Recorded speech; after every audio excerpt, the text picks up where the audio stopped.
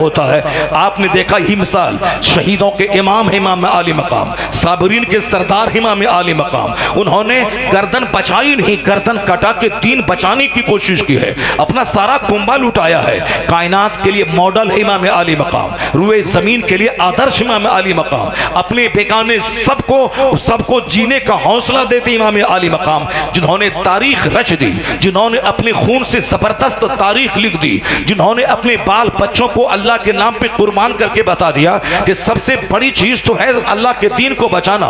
बच्चों की मोहब्बत से बड़ी मोहब्बत अल्लाह की मोहब्बत, औलाद से ज्यादा मोहब्बत अल्लाह की, अपने घर बार से मोहब्बत ज्यादा अल्लाह की, अल्लाह के रसूल की मोहब्बत और अल्लाह के रसूल के दीन की मोहब्बत। इमाम आली मकाम ने वो सारा कारनामा मैदान करबला में अंजाम देके उन्होंने दुनिया वालों को सिखा दिया कि दुनिया को किस हैसियत से लेना है और आखिरत को किस हैसियत से लेना है, अपनी इस आर्जी जिंदगी का इस्तेमाल कैसे करना है और दायमी राहत और चैन को कैसे बचाना है। वह सारा मॉडल बन के इमाम आली मकाम ने मैदान करबला में दिखा दिया है। इतना बड़ा बच्चा किस माँ ने जन्म दिया, जिन्होंने तारीख का रुख बदल दिया हो, जिन्होंने तारीख का धारा बदल दिया हो, जिन्होंने तारीख के रुख को मोड़ दिया हो। इतना बेटा, इतना जबरदस्त बेटा किसने दिया है। आज करोड़ों जबान पे इमाम आली मकाम का नाम है, आज करोड़ों कलम में इमाम आली मकाम का नाम है। सबसे ज्यादा आज अगर लिखा जा रहा है तो नाना का चर्चा और नाना के नवासे का चर्चा है। यहां तक कि आज यूरोप का दानिश्वर कहता है he was the greatest martyr of mankind, यानी इमाम आली मकाम सिर्फ मामूली शहीद का नाम नहीं है, वह तो इंसानी संसार, मानव संसार के शहीद आजम का नाम है, वह ग्रेटेस्ट मार्टायर का नाम है, जिनसे हौसला सारी कौमों को मिलता है। यूरोप का दानिश्वर कहता है कि जब मैं दुश्मनों के बीच में घिर जाता हूं तो हुसैन की जिंदगी से हौसला मिलता है, हुसैन की जिंदगी से सेंटिमेंट मिलता है, हुसैन की जिंदगी से हमें मोटिवेशन मिलता है। तो हुसैन आजम को अपने बेगाने सारे लोग मॉडल मानते हैं, उनकी जिंदगी से कहते हैं कि क़यामत तक अगर हाकिम जालिम के खिलाफ अगर कोई जबान खोलता हो, अगर दुश्मनों के बीच घिर कर भी वो हक की रस्सी नहीं छोड़ता हो, वह घिघिया के जिंदगी की भीख नहीं मांगता हो, अगर जालिमों के सामने भी डट के हक बोलता हो, क़यामत तक जो भी बोलेगा जबान भले ही किसी को हो, किसी की हो, मगर यह हौसला इमाम आली मकाम का दिया हुआ होगा, ये सेंटीमेंट इमाम आली मकाम का दिया हुआ होगा।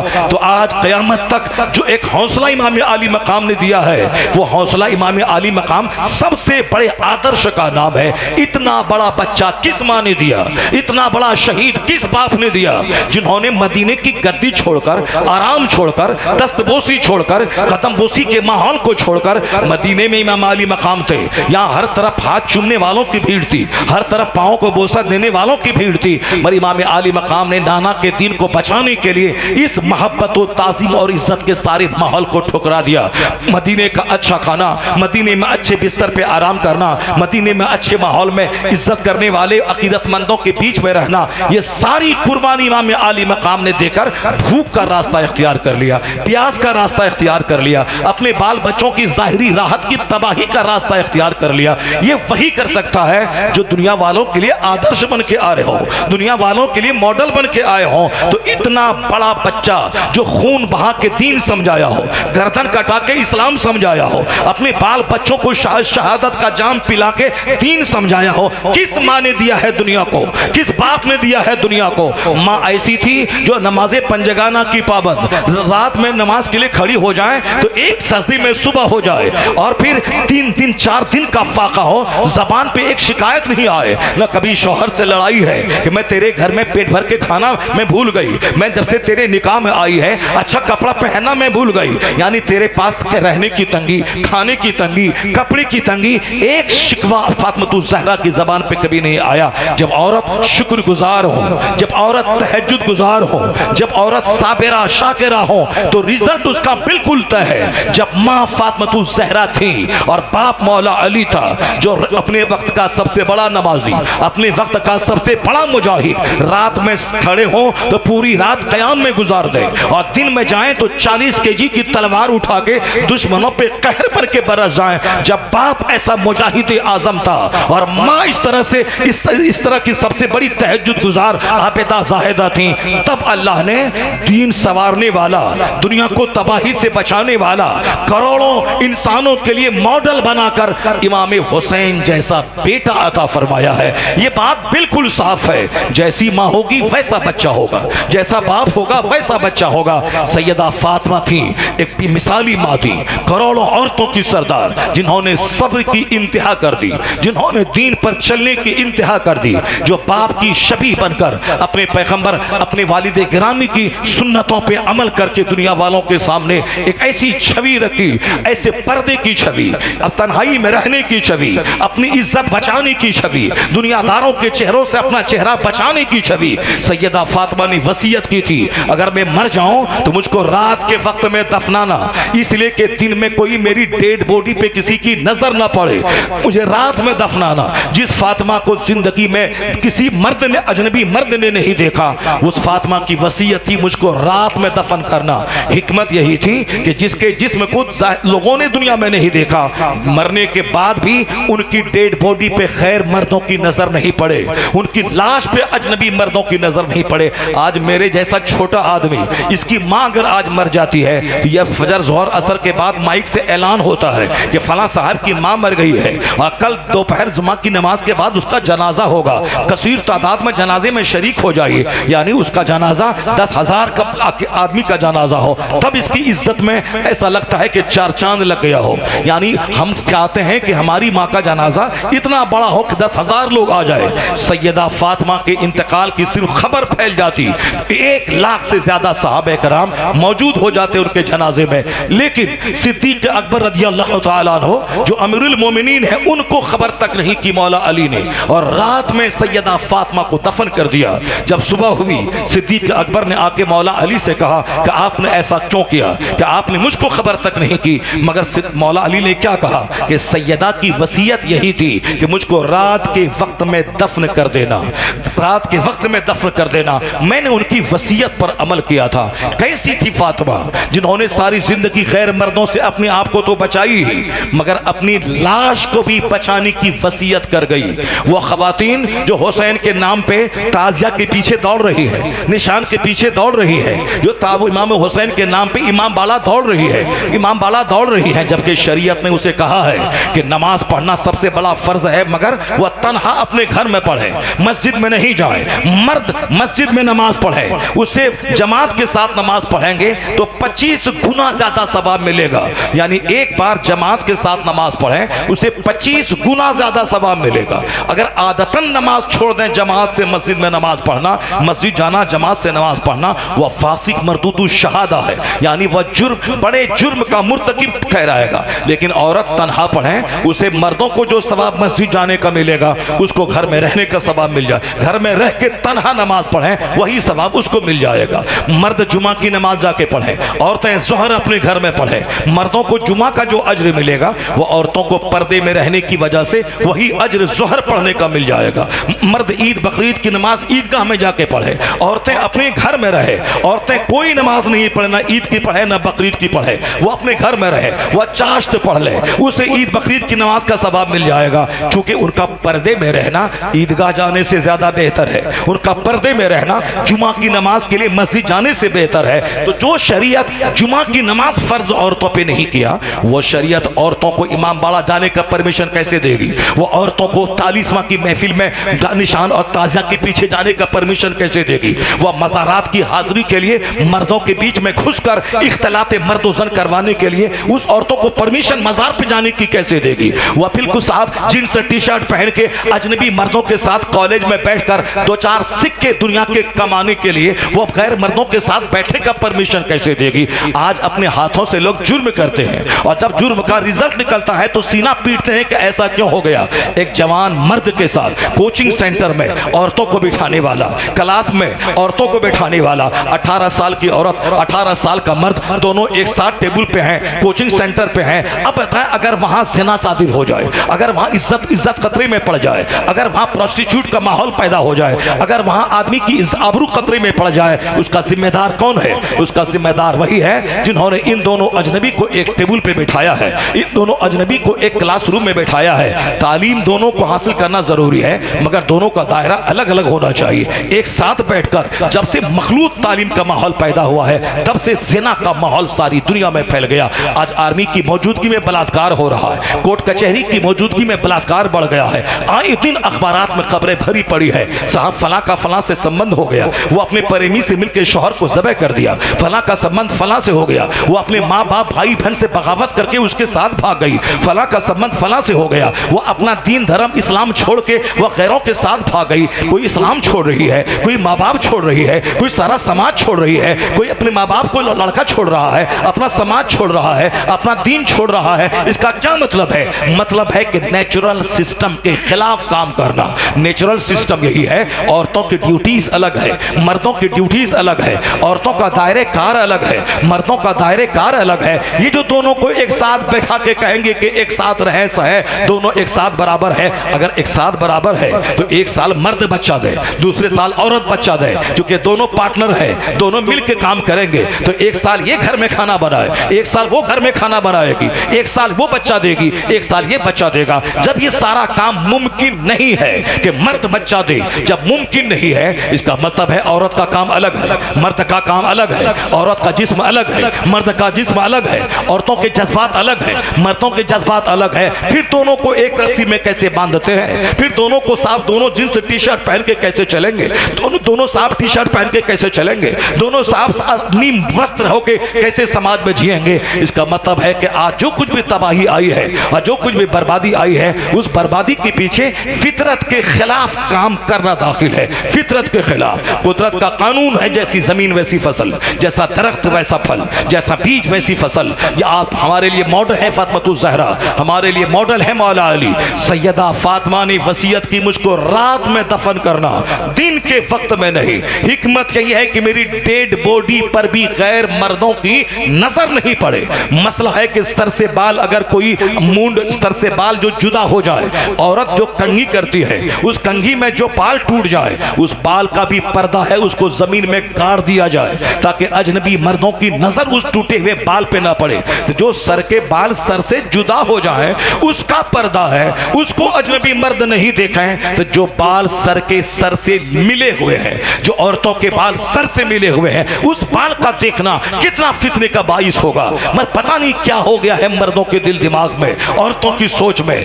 आप नंगे सर चलना, बालों को लहरा के चलना, यहाँ तो बाल टूटे हुए को देखना दुरुस्त नहीं है, तो लगे हुए बाल को देखना कैसे दुरुस्त होगा?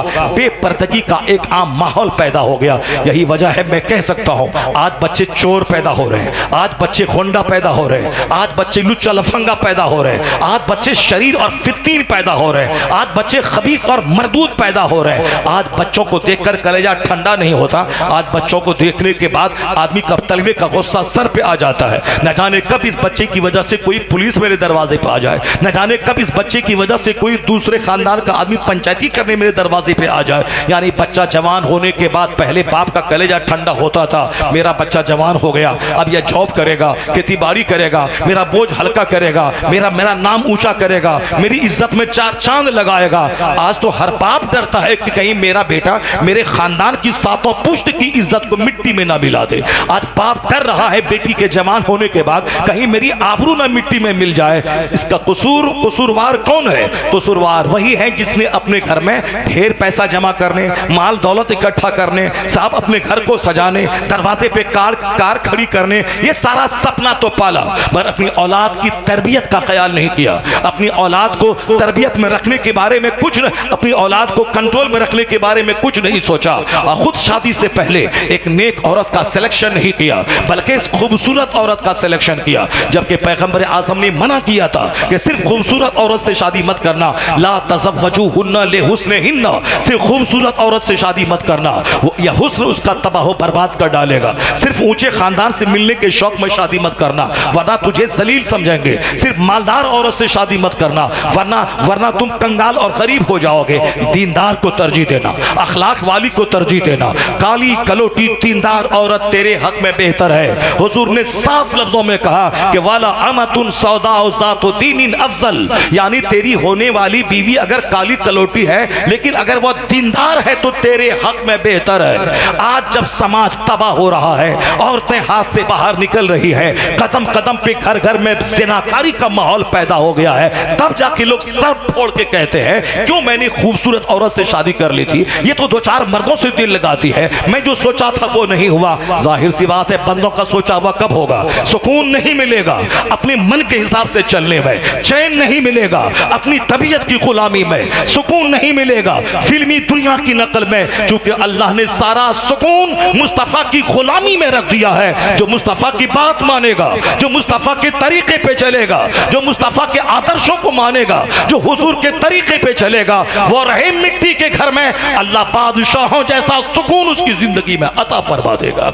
सारा सुकून मुस्तफा की गुलामी में है, सारा सुकून मुस्तफा की शरीयत और सुन्नत पे अमल करने में है। मगर लोग सुन्नत और शरीयत पे चलने को बोझ समझते हैं और सोचते हैं कि मैं अपनी नफ्स की ख्वाहिशात की तकमील करूं, मजा मिल जाएगा। जो जो नफ्स कहता हो मैं करता जाऊं, मजा मिल जाएगा। जो जो ख्वाहिशात हमारे दिल में उमड़ रही है वह सारी ख्वाहिशात पूरी हो जाएं, जिंदगी में मजा मिल जाएगा। आज सारी दुनिया जख्मी है, सारी दुनिया दुखी है, इसीलिए दुखी है कि वो कानून का फॉलो नहीं करती, वो अपने मन का फॉलो कर रही है, अपने नफ्स का फॉलो कर रही है। सारे लोग मुस्तफा को नहीं देखते हैं, लोग दूसरों का चेहरा देख रहे हैं। कोई फिल्म एक्टर को देख रहा है, कोई क्रिकेटर को देख रहा है, कोई गांव समाज के किसी हिंदू तरक्की याफ्ता आदमी को देख रहा है, कोई शादी ब्याह के कल्चर में गैरों को देख रहा है, शादी ब्याह के डांस में फिल्म की पैरवी हो रही है, हल्दी की रस्म में 2-4-10 छोकरे पीला कपड़ा पहने हैं, 2-4-10 छोकरियां पीला कपड़ा पहनी हुई है। अब वहां साहब अजनबी मर्दों और औरतों का इख्तलात हो रहा है। ये नई नई रस्में कहां से आ रही है?